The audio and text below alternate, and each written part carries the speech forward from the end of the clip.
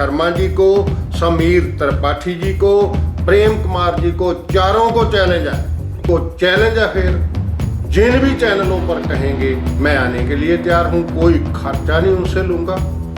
कहाँ बैठना है, कैसे बैठना है, कब बैठना है, कब इन प्रश्नों का उत्तर देना है, जो प्रश्न आपको पूछे हैं, आइए भाई जी हैं, वो हिंदी बोलने वाले का है।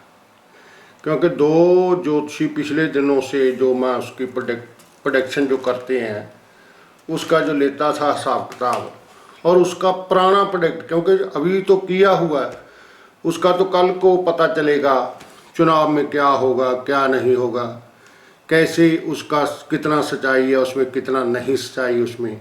लेकिन जो उसने पहले किया, पिछले चुनाव में किया, क्योंकि चुनाव की भविष्यवाणी के लिए मशहूर माने जाते हैं आचार्य राजीव नारायण शर्मा जी, उसका बहुत तारीफ करते हैं।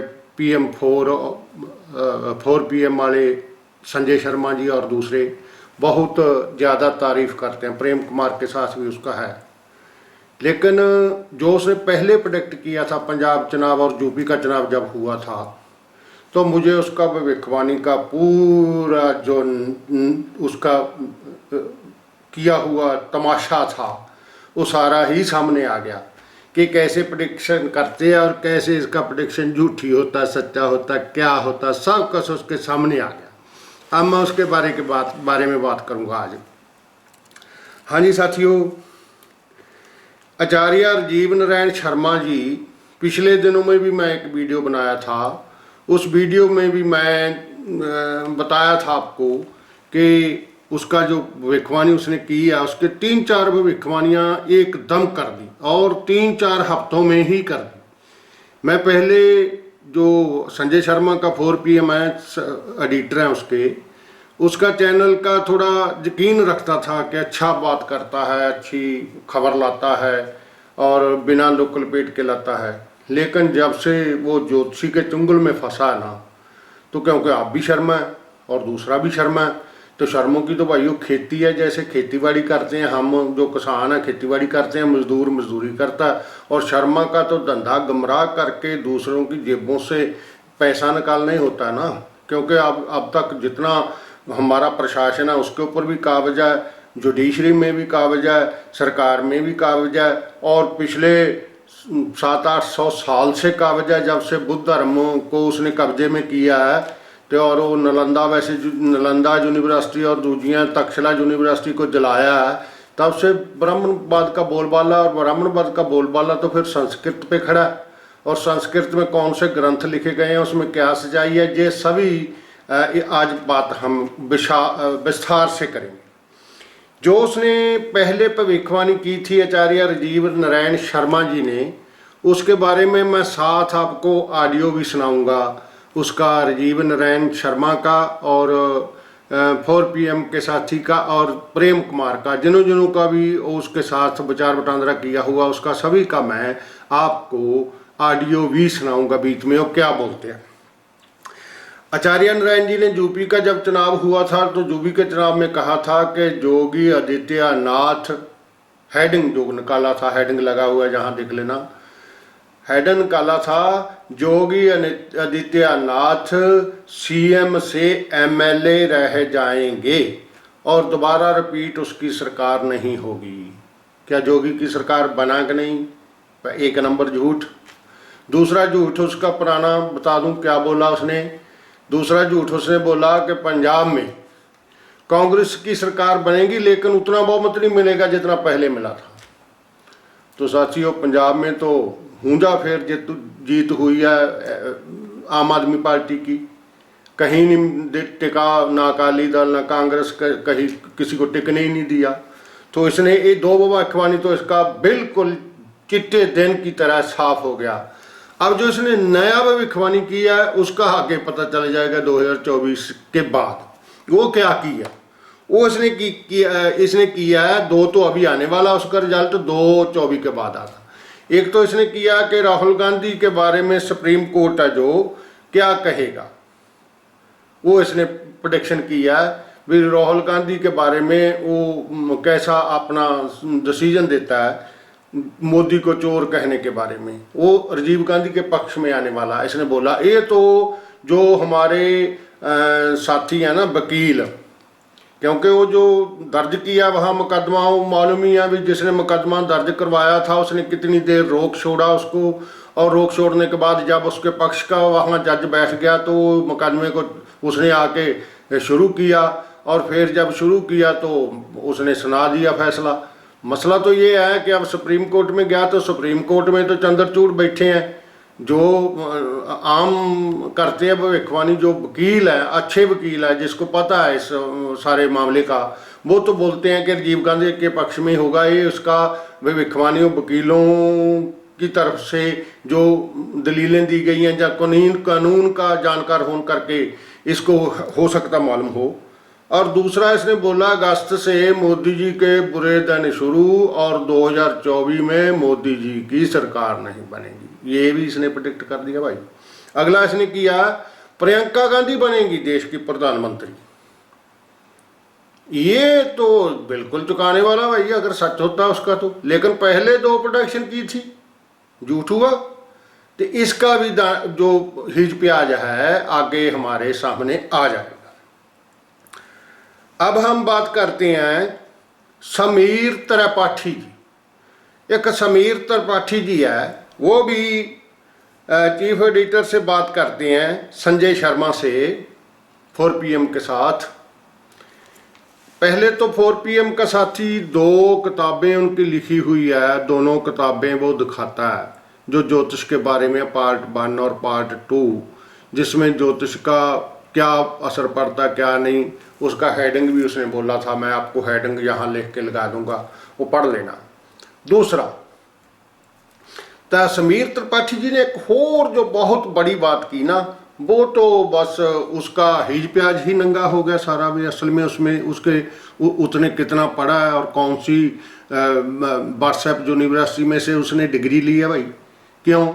क्योंकि उसने बोला कि 1000 साल से जो पंचांग में लिखा हुआ है, आज हम जिस 3 अप्रैल की बात करता है, 3 अप्रैल को हम बैठे हैं 2023 की 3 अप्रैल हम बैठे हैं।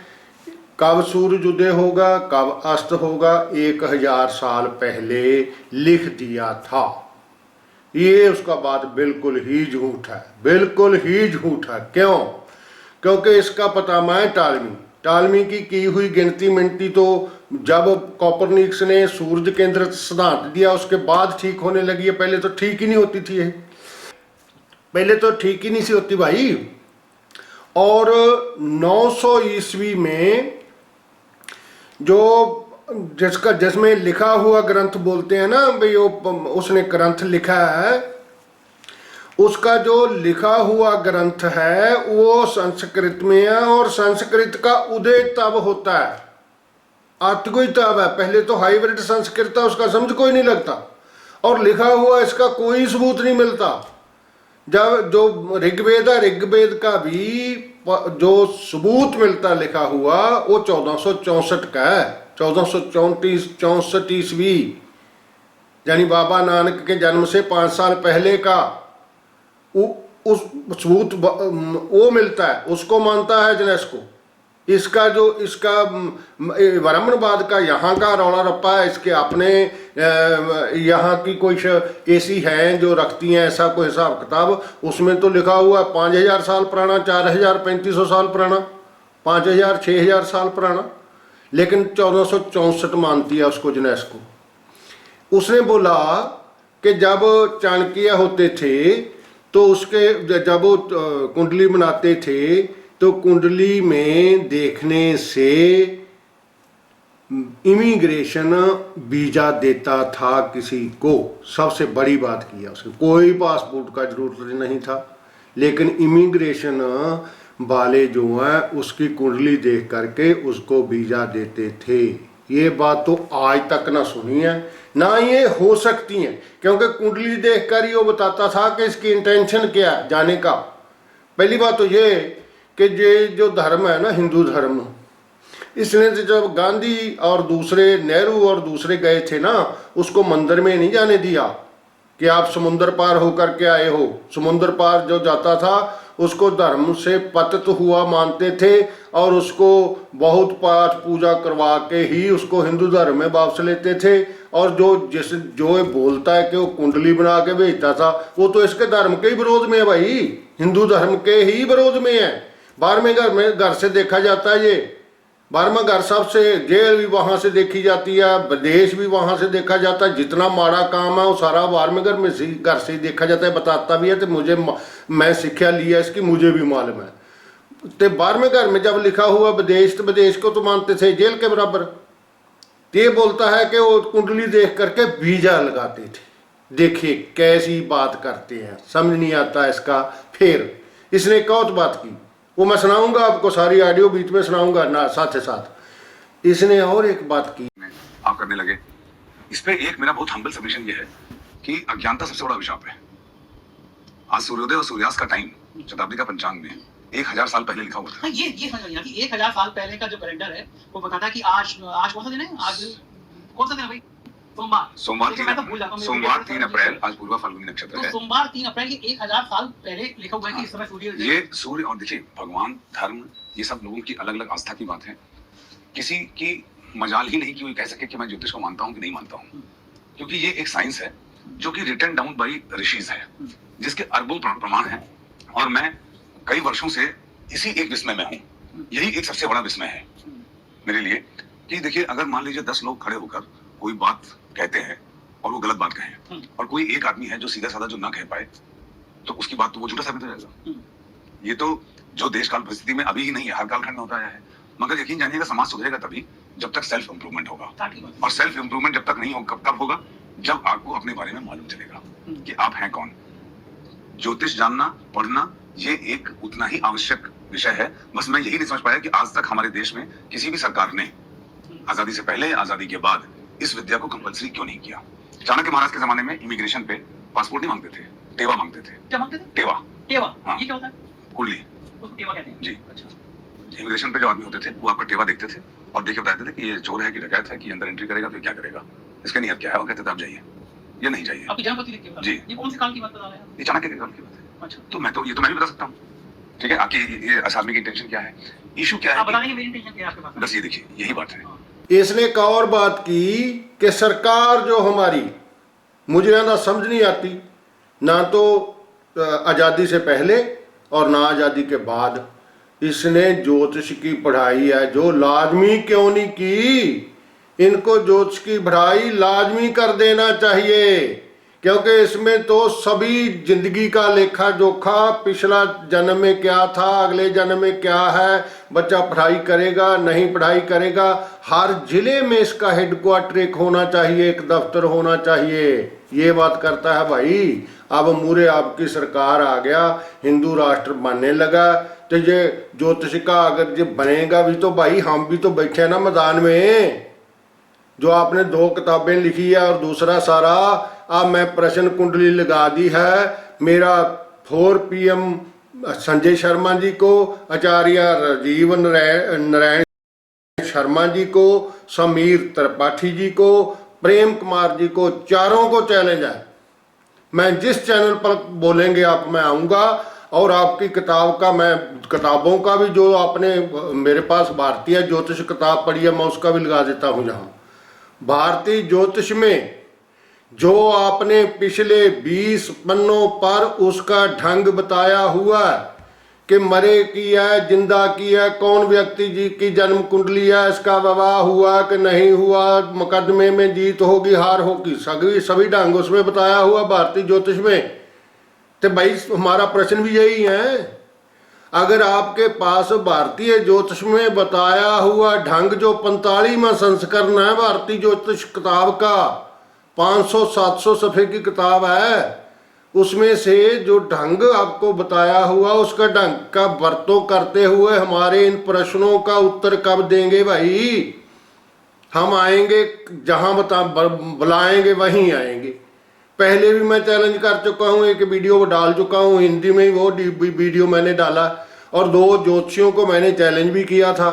आज तक किसी का फोन नहीं आया भाई। मेरी भी एक किताब लिखी हुई है, मैं किताब का भी लगा देता हूं। ये है ज्योतिष का एक्सरे। ज्योतिष का एक्सरे मैंने किताब लिखी है। ये जो किताब है अब लिखी को पता कितनी देर हो गया, 12-13 साल लिखे को हो गया इसको। आज तक किसी ने, किसी ज्योतिषी का फोन नहीं आया भाई आपकी ये किताब गलत है। लेकिन 2-3 ज्योतिषियों ने पढ़ने के इरादे से ये किताब मुझसे पीडीएफ जरूर मंगवा लिया, और उनमें से 2-3 ज्योतिषियों का मैं आते समय में जिक्र करूंगा। एक तो अमेरिका का ज्योतिषी है, मैं उसको रोज भेज देता था, जो मैं इसका ऑडियो बनाता था ज्योतिष का एक्सरे किताब का। उसने तो बोल दिया ऐसी ऑडियो ही मुझे मत भेजिए भाई, नॉनसेंस बातें करता है तू। मैं नॉनसेंस बातें करता हूँ तो आप सेंस की कर ले भाई, मैदान में तो आइए। और एक और है साथी मुंजाल पंडित जी, उसका भी मैं सारा, उसके बारे में मैं सारा आपको बताऊंगा, कब उनसे मेरा संपर्क हुआ और कैसे हुआ ये भी मैं आपको बताऊंगा। और उसने पीडीएफ मांगी थी, ले ली। पीडीएफ के बाद उसने क्या लिख करके भेजा, क्या कैसे हुआ, वो मैं सारा आपको अगली वीडियो में बताऊंगा। क्योंकि आज का जो हमारा वीडियो है, जो वही जो मतलब आज हमें बताना चाहते थे वो वही यही था। मुद्दा गर्म में प्रेम कुमार जी ज्योतिषी से पूछते हैं भाई क्या होने वाला है। प्रेम कुमार जी भी उसका गुणगान बहुत करते हैं। बहुत गुणगान करने के बाद आचार्य राजीव नारायण शर्मा जी से कई भविष्यवाणियां कराते हैं और सभी गलत होती है। जो सीएम से एमएलए रह जाएंगे, और दूसरा सारा ये उसी चैनल पर बैठ के दिया हुआ इसका इंटरव्यू है। और इलेक्शन के पहले का नहीं, इलेक्शन के दिन का। आज वोट डलेंगे कहते हैं। और ये आचार्य राजीव नारायण शर्मा जी अपने ज्योतिष को विज्ञान बताते हुए वहां करते क्या हैं, जब वोट डलेगा, जब इलेक्शन का अनाउंस होगा, उस बच्चे का जन्म हो गया, उसका कुंडली बनना शुरू हो गया। और भारतीय जनता पार्टी की कुंडली तब बनती है जब उसकी पार्टी बनी, और कांग्रेस की कुंडली तब बनती है जब उनकी पार्टी बनी। दोनों की जन्म कुंडलियां भारतीय जनता पार्टी की और कांग्रेस की दिखा करके बोलते हैं भारतीय जनता पार्टी का 12वें घर में क्या क्या हो रहा है, इसलिए सीएम से एमएलए रह जाएंगे योगी आदित्यनाथ। और कांग्रेस की कुंडली में उसका पक्ष बताते हुए बोलते हैं कि पंजाब में कांग्रेस की सरकार रिपीट होगी। आया भाई इनका जो किया हुआ प्रेडिक्शन है, 2 तो हमारे सामने आ गया, यूपी का और पंजाब का। और आचार्य जो एक समीर त्रिपाठी जी है, उसका वो 1000 साल वाला। और जो उसने बोला कि कुंडली देखते थे इमिग्रेशन वाले, जब वो पासपोर्ट तो बनता ही ना था, आधा पासपोर्ट नहीं था बनता, कुंडली देखकर ही उसको वीजा देते थे। ऐसे तो झूठ बोलते हैं। वैसे हमारी साथियों आपको अपील है, जो सुनते हैं ना आप एक तो उसको दबा लेते हैं, जो विरोधी है उसने तो दबाना मेरी आवाज। जो हमारे पक्ष के साथी भी है ना, सारे जी अगर शेयर कर दें, उसके पास पहुंच जाए, तो कम से कम हमारी आवाज कुछ लोगों तक तो पहुंचे। उसका जो लूट हो रहा, लूट में से तो बच सकते हैं किसी विरोधी के पास, किसी पक्ष के साथी के साथ। जैसे मेरे 2-3 ज्योतिषियों ने मेरे से पीडीएफ मंगाई है, विरोधी विचार पढ़ेंगे ना। मैं भी तो ज्योतिष पढ़ा है, मेरा ज्योतिष में कोई यकीन तो नहीं है। पढ़ने के बाद ही पता लगा कि इसमें काला सच इसका है क्या। इसी तरह हमारी की हुई उसको चैलेंज किया हुआ, उसको पढ़ाई करेंगे। तो चैलेंज है, फिर जिन भी चैनलों पर कहेंगे मैं आने के लिए तैयार हूं। कोई खर्चा नहीं उनसे लूंगा। कहाँ बैठना है, कैसे बैठना है, कब बैठना है, कब इन प्रश्नों का उत्तर देना है जो प्रश्न आपको पूछे है। आइए भाई, जी हाँ, नो, धन्यवाद सारे साथियों का, मेहरबानी, शुक्रिया जी।